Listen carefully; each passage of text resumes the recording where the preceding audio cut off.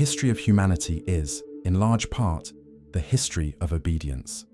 From the moment we're born, we're inserted into systems that tell us what to think, how to act, what to value, and who we should be.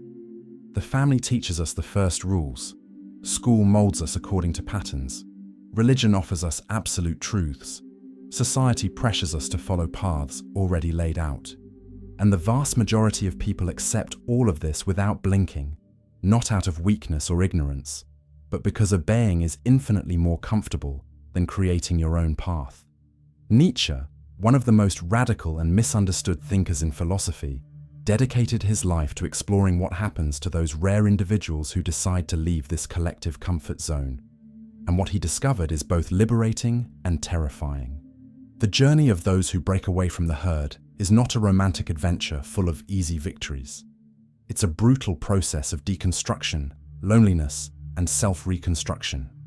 It's losing all the certainties that sustained your identity and needing to build a new one from scratch, without a manual, without approval, without guarantees. Nietzsche shows us that true freedom has an extremely high price, and few are willing to pay it. Because being free is not doing what you want. It's carrying the unbearable weight of deciding who you are, without being able to blame anyone for the consequences. Think of a well-fed sheep, protected from the cold, surrounded by other equally comfortable sheep. It has everything it needs to survive. It has food, shelter, protection. Why would this sheep want to leave there? Why would it dream of climbing dangerous mountains, facing storms, or discovering what exists beyond the fence? The answer is simple: it doesn't dream. Well-fed sheep don't dream of the summit. And Nietzsche uses this image to show how most people live. The morality of the herd functions as a gentle and comfortable training. You obey because it eliminates the terrible weight of having to choose. When someone tells you what to do, how to think, what to value, you don't need to face the anguish of decision. It's like living on autopilot, letting others drive your life while you just watch through the window. This comfort has an invisible but extremely high price. It anesthetizes the spirit. Obedience functions like a mild drug that gradually shuts down your capacity to question, to create, to be yourself. You wake up, work, eat, sleep, repeat. You follow the rules of family, religion, society, work, and you slowly forget that there's a mountain out there.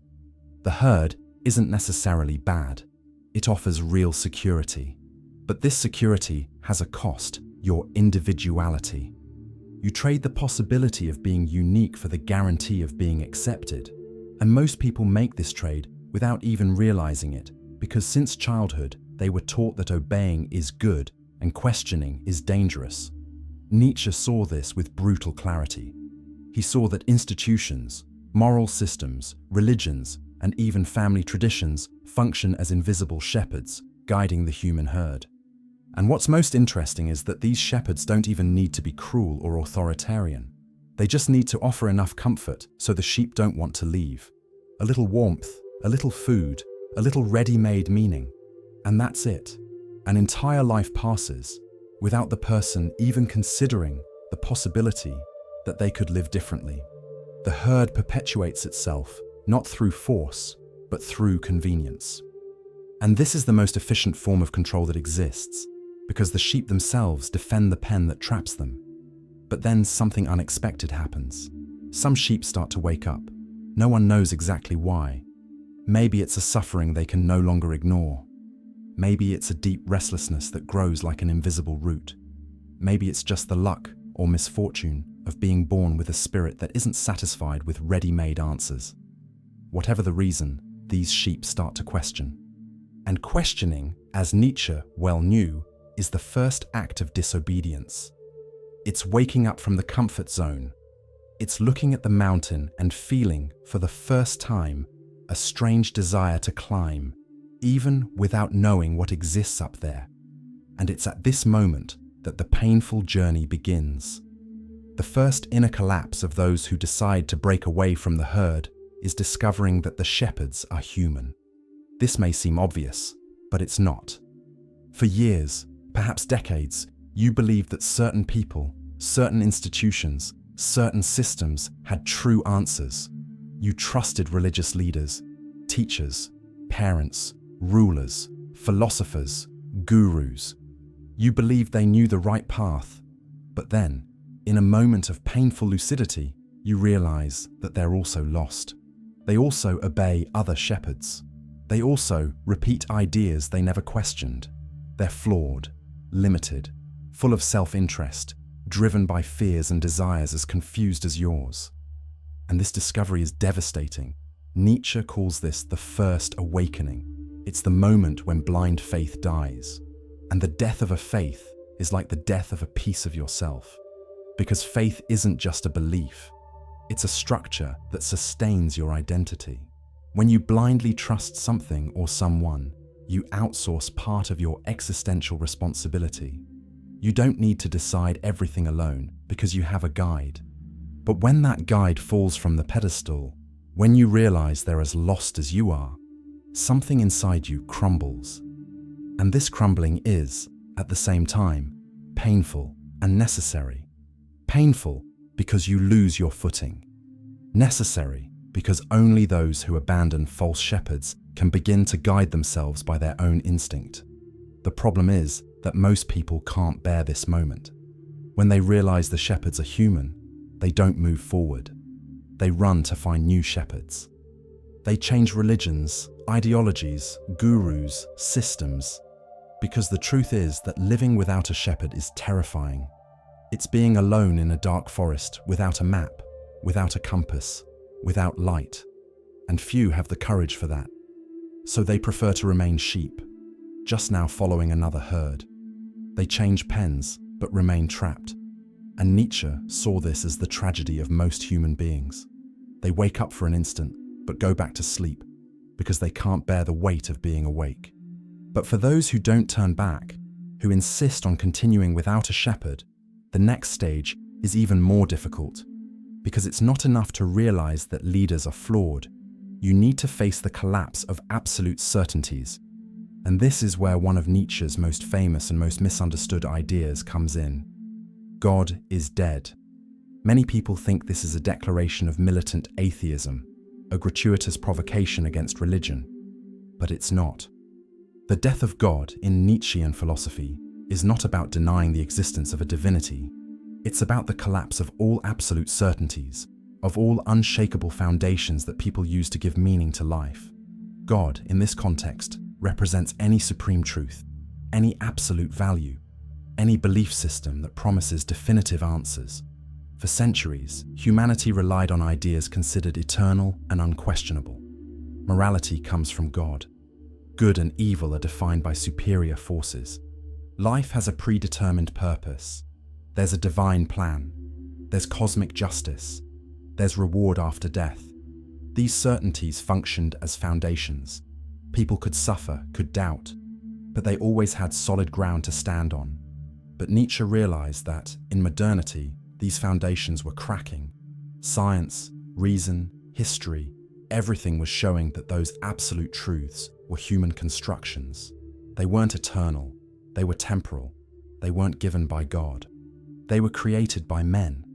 And when this perception spreads, when people realize there's no absolute foundation, that there's no guaranteed truth, what happens? The ground disappears. This is nihilism. It's the desert that opens after traditional faith. It's the feeling that everything is empty, that nothing matters, that there's no meaning. And many people, upon reaching this point, collapse. They fall into depression, into cynicism, into despair. Because living without meaning is unbearable for most people. They need to believe there's a why, a reason, a purpose. But Nietzsche didn't see nihilism as the end of the journey. He saw it as a mandatory passage. It's the desert that must be crossed. It's the necessary death so there can be a rebirth. Because only after losing all the ready-made answers can you begin to create your own answers. Only after accepting that there's no meaning given for free can you become the creator of your own meaning. But creating meaning is not easy. It's not a simple decision you make on a Sunday afternoon. It's a long, solitary battle full of defeats.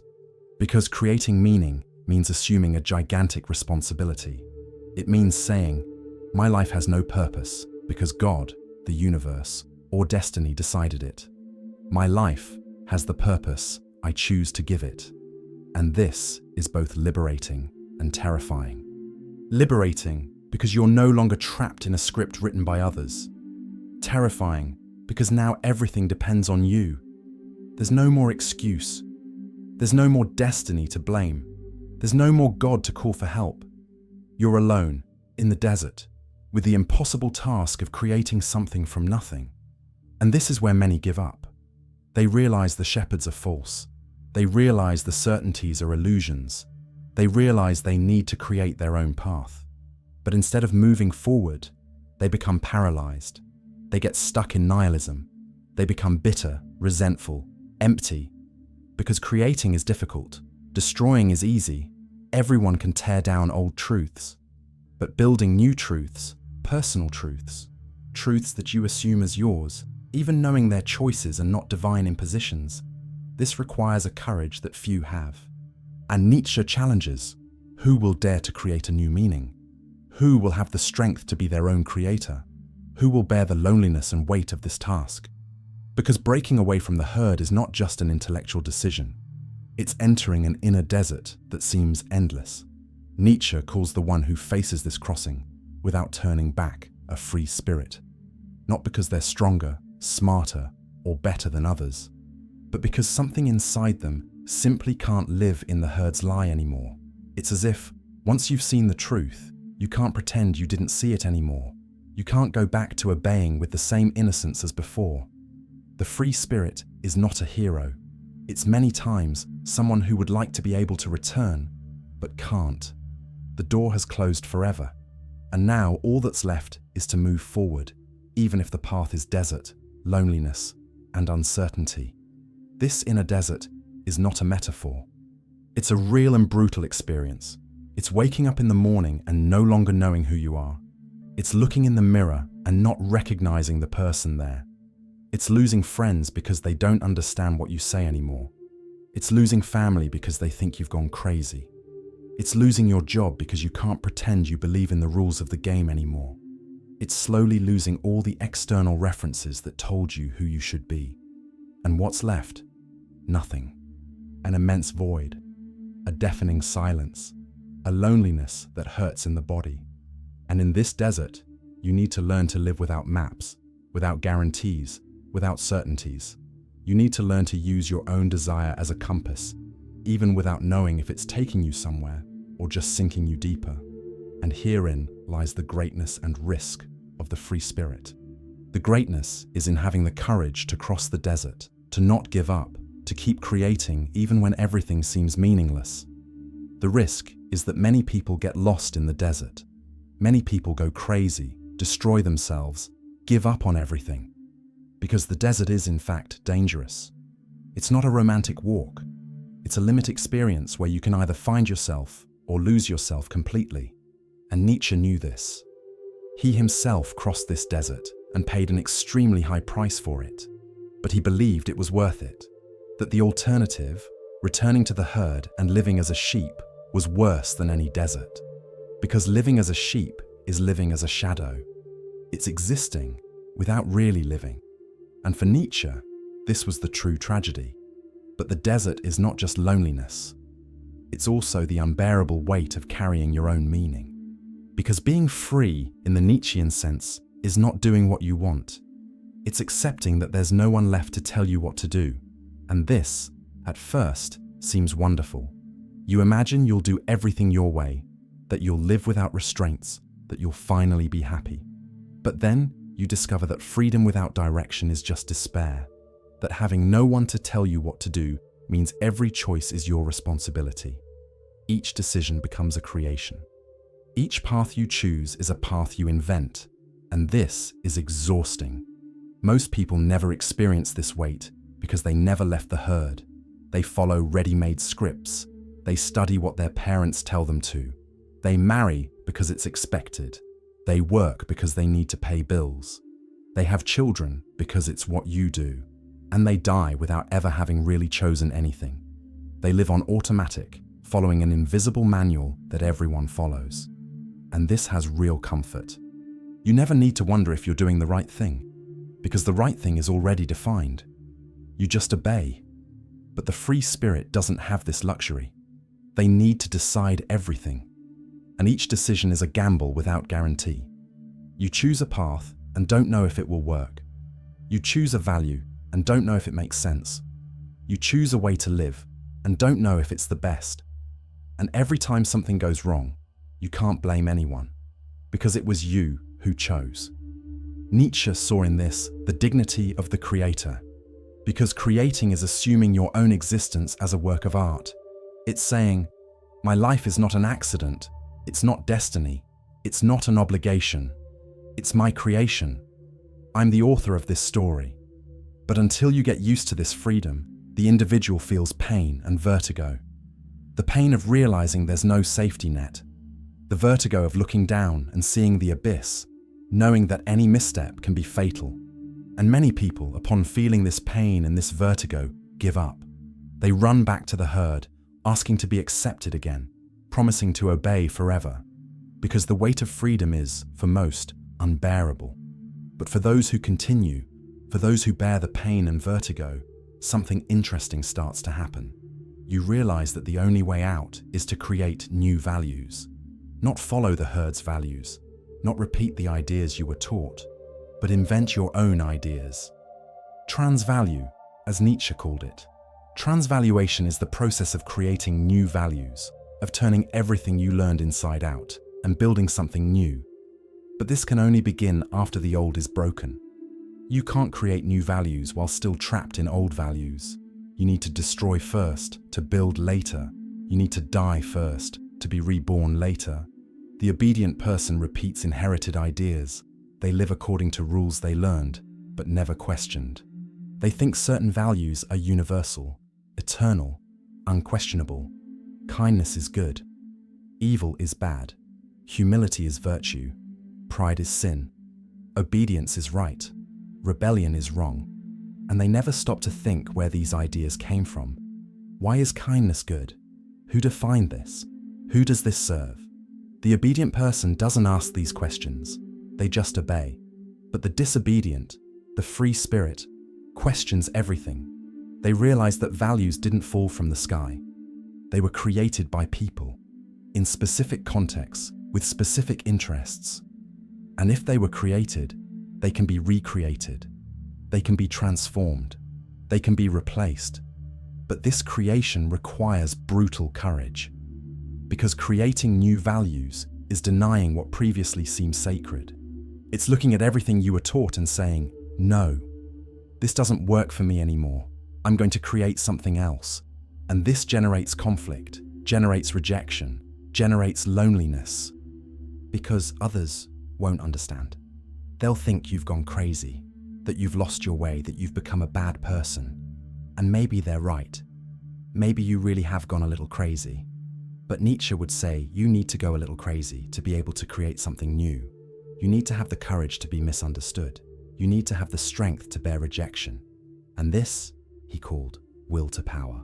Will to power is not will to power over others.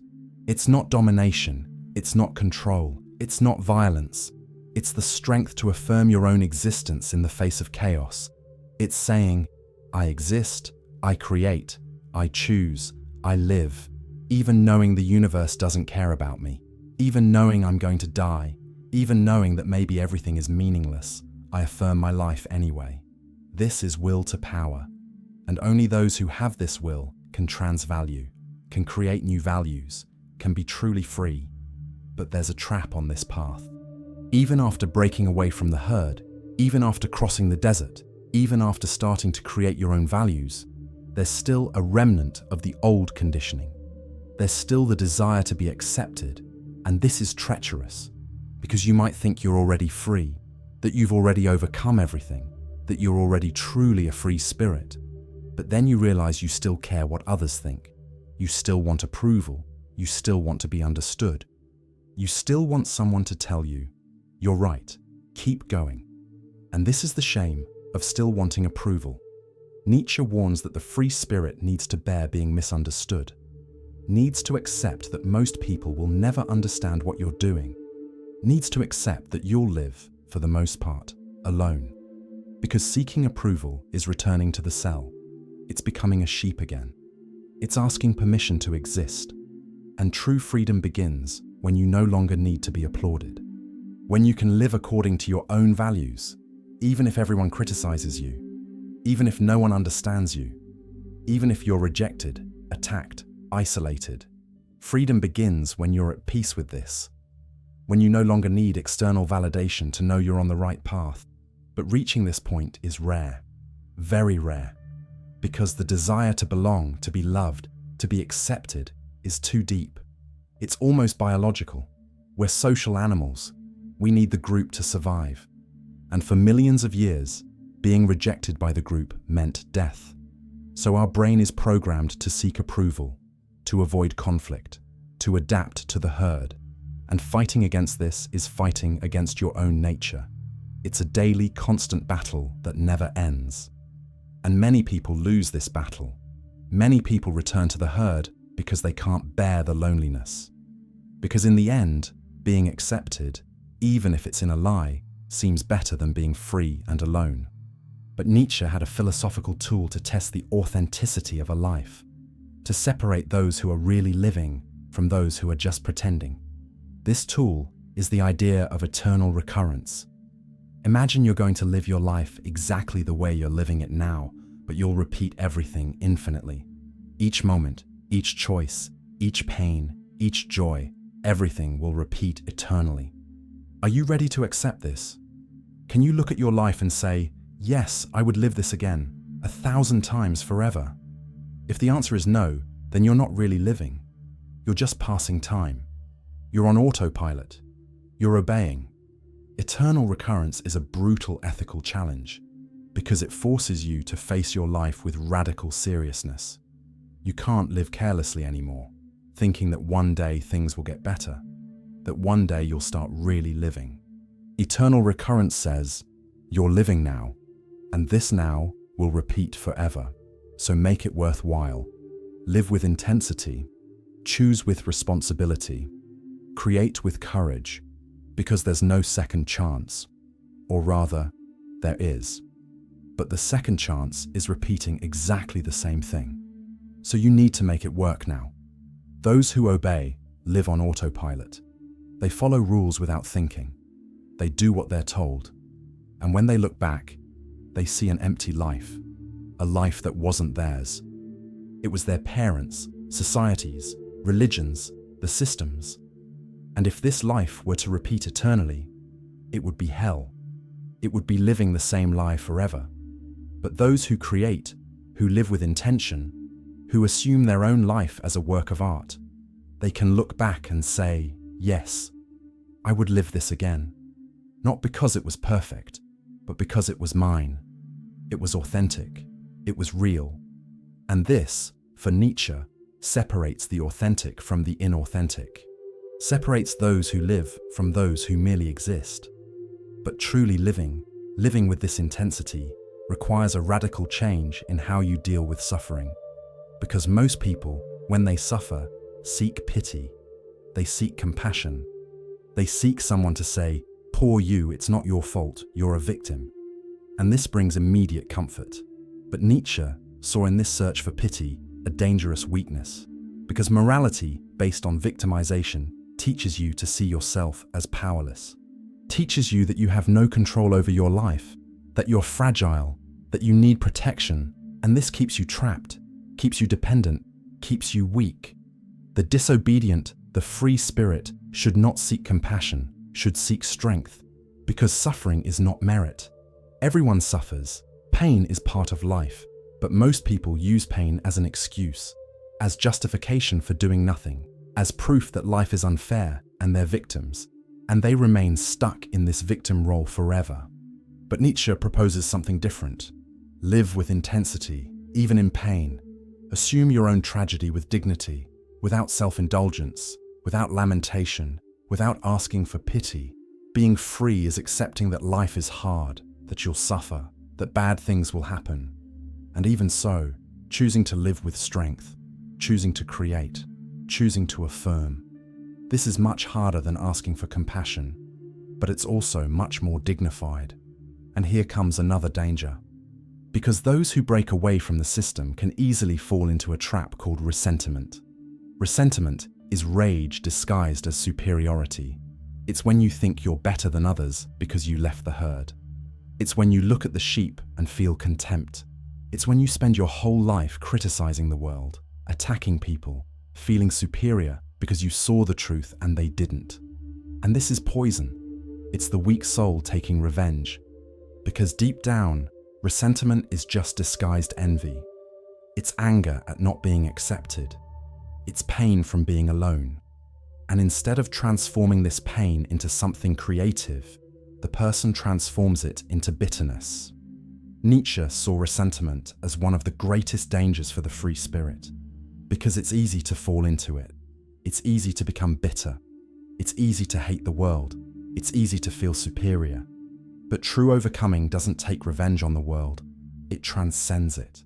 The true disobedient doesn't waste energy hating the sheep. They simply follow their path. They create their life, their values, their meaning. And they leave others in peace. Because they understand that everyone is on their own journey, and that judging others is wasting time. So the free spirit needs to constantly watch themselves to not become an inverted moralist. To not become someone who only criticizes, but doesn't create. To not become someone who left the herd just to stand at a distance and complain. This is not freedom. It's just another form of prison. And as the free spirit advances on this journey, something begins to change. The loneliness, which at first was pure pain, begins to transform. It stops being abandonment and becomes maturation. Because it's in loneliness that the authentic voice emerges. When you're alone, with no one to please, no one to impress, no one to judge, you can finally hear who you really are. You can feel what you really want. You can think what you really believe. And this is a rare gift, because most people are never really alone. There's always someone nearby. There's always some external voice saying what to do, and they never discover who they really are. Nietzsche said that great men always walked alone, not because they were antisocial or arrogant, but because greatness requires solitude, requires silence, requires distance from the noise of the herd. Because to create something original, you need internal space. You need time alone. You need silence to hear your own voice.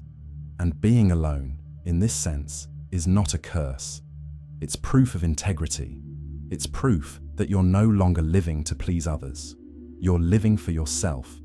And over time, this solitude becomes the source of a new strength. A strength that doesn't depend on anyone. A strength that comes from within. A strength that's yours alone. But even in this solitude, even far from the herd, the free spirit realizes something disturbing. The herd instinct still breathes within them. Because you can physically leave the herd. You can break away from institutions. You can reject the ideas you were taught. But the marks of servitude remain. They're deep marks, engraved in the soul since childhood. Their thought habits, their automatic reflexes, their irrational fears. And they don't disappear just because you decided to be free. They stay there, whispering, pulling you back.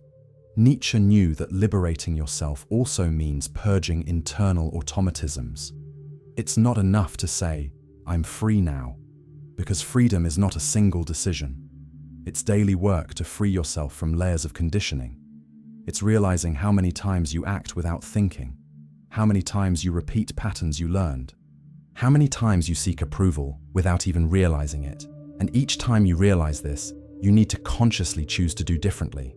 It's a slow, painful, endless process, because you never completely free yourself from the herd. It's inside you. So the real work is not with the external world, it's with yourself. Breaking away from the external herd is just the first step. The real challenge is breaking away from the internal herd. And in this process, Nietzsche proposes something that seems crazy to most people. He proposes dancing in the abyss. This means transforming pain into art. It means laughing in the face of suffering, not out of cynicism, not out of insensitivity, but out of vital strength. It's life affirmed even without promises, because most people can only live if they have hope of reward. hope of heaven, of justice, of a happy ending. They need to believe that suffering has a purpose, that there's a plan, that in the end everything will make sense. But the free spirit doesn't wait for redemption. They don't wait for someone or something to come save them. They celebrate existence in its rawness. They accept that life is tragic. They accept they'll suffer. They accept they'll die. And even so, they dance. Dancing in the abyss is the perfect metaphor for this attitude, because the abyss is there. Death is there. Suffering is there. Emptiness is there. You can be paralyzed looking down, waiting to fall, or you can dance, you can create, you can laugh, you can live. And this is not denying the abyss, it's affirming life despite it. It's saying, yes, I know I'm going to die. Yes, I know maybe nothing makes sense. Yes, I know I can lose everything at any moment. But I'm going to live anyway. I'm going to create anyway. I'm going to love anyway. I'm going to dance anyway. This is what Nietzsche called love of life. And this separates the free spirit from the depressive nihilist. Both saw the abyss, but one was paralyzed. The other danced. And dancing in the abyss means creating yourself as a work of art. Because Nietzsche proposes that the individual be an artist of themselves, that life not just be lived, but sculpted, that each act be a brushstroke, that each choice be part of a larger composition. Those who obey are molded by others. They're clay in the world's hands. But those who create forge their own form. They decide what kind of person they want to be. They decide what values they'll live. They decide what story they'll tell. And this is not easy. It's not quick. Being authentic is years of work. It's constant labor. It's daily refinement. But each act becomes the expression of a unique soul. Each day becomes part of the great work that is your life. And the more you create yourself, the more you become authentic, the more misunderstood you become. Because originality is, by definition, different from the pattern. And people fear what's different. They attack, reject, distort. Nietzsche recognized that the great have always been misread, attacked, feared. And he himself lived this. He spent his entire life being misunderstood. His books were ignored. His ideas were distorted. And he died insane and alone. But even so, he saw in incomprehension a sign of greatness. Because being misinterpreted means you said something people aren't ready to hear yet. It means you created something original. It means you didn't repeat what everyone already knows. The disobedience loneliness intensifies with incomprehension, because it's not enough to be alone. You also need to accept that no one will understand what you do. No one will see your work the way you see it. No one will value your path. And this can be devastating. It can make you question everything. It can make you think you were wrong, that you should have stayed in the herd. But Nietzsche said that incomprehension also validates your originality. If no one understands, maybe it's because there's no language yet for your vision. Maybe you're ahead of your time. Maybe you're creating something so new that people will need decades or centuries to understand. And this is not a reason to give up. It's a reason to continue. Incomprehension is a medal. It's proof that you're no longer a sheep. And after going through all this, after losing certainties, after creating new values, after bearing loneliness and incomprehension, the free spirit reaches the final metamorphosis. Nietzsche calls this amor fati, love of fate. And this is not resignation. It's not passively accepting what happens. It's something much deeper. It's accepting everything that is, including suffering, as an essential part of life. It's looking at everything you've lived, the good and the bad, and saying, yes, I accept, I affirm, I love, because all of this made me who I am. Amor fati is the final maturity. It's when you stop fighting against life, stop wanting things to be different, stop complaining, stop victimizing yourself, and you begin to love what is, not because it's easy, not because it's fair, but because it's real, because it's yours. Nietzsche saw in this the greatest possible freedom, because while you fight against reality, you're trapped, You're wasting energy trying to change what can't be changed. But when you accept, when you love, you free yourself. You can finally live.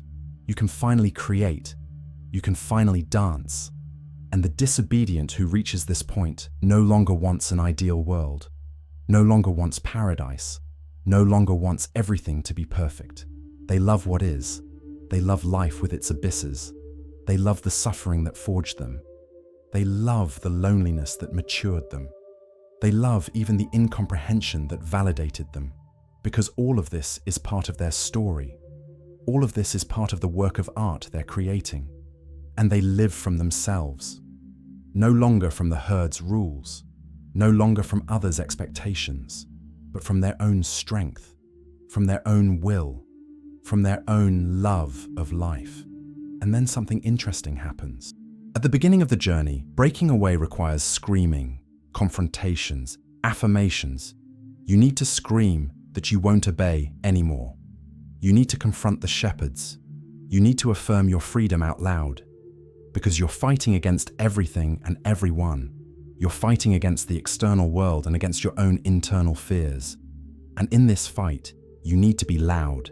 You need to be aggressive. You need to mark territory. But over time, as you become truly free, comes silence. Not because you gave up, not because you went back, but because you achieved peace with your own path. Nietzsche points out that the maturity of the free spirit is silent. They no longer need to prove anything. They no longer need to scream. They no longer need to confront, because they're at peace with themselves. They know who they are. They know what they want. They know where they're going. And that's enough. They no longer preach. They don't try to convince anyone. They don't want followers. They just live. And in the way they live, in the intensity with which they create, in the strength with which they love, they become a silent example. Not an example that wants to be followed, but an example that inspires without trying, that shows it's possible, that proves you can live without obeying, that demonstrates that freedom exists, even if it's rare, even if it's difficult, even if it's lonely. The journey of those who stop being sheep is perhaps the loneliest that exists, but it's also the only one worth taking. Because in the end, when you look back, you don't see a borrowed life. You see a life that's yours, a life you created, a life you chose.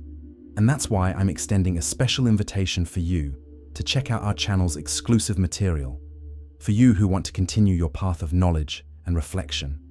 Check it out in the first pinned comment,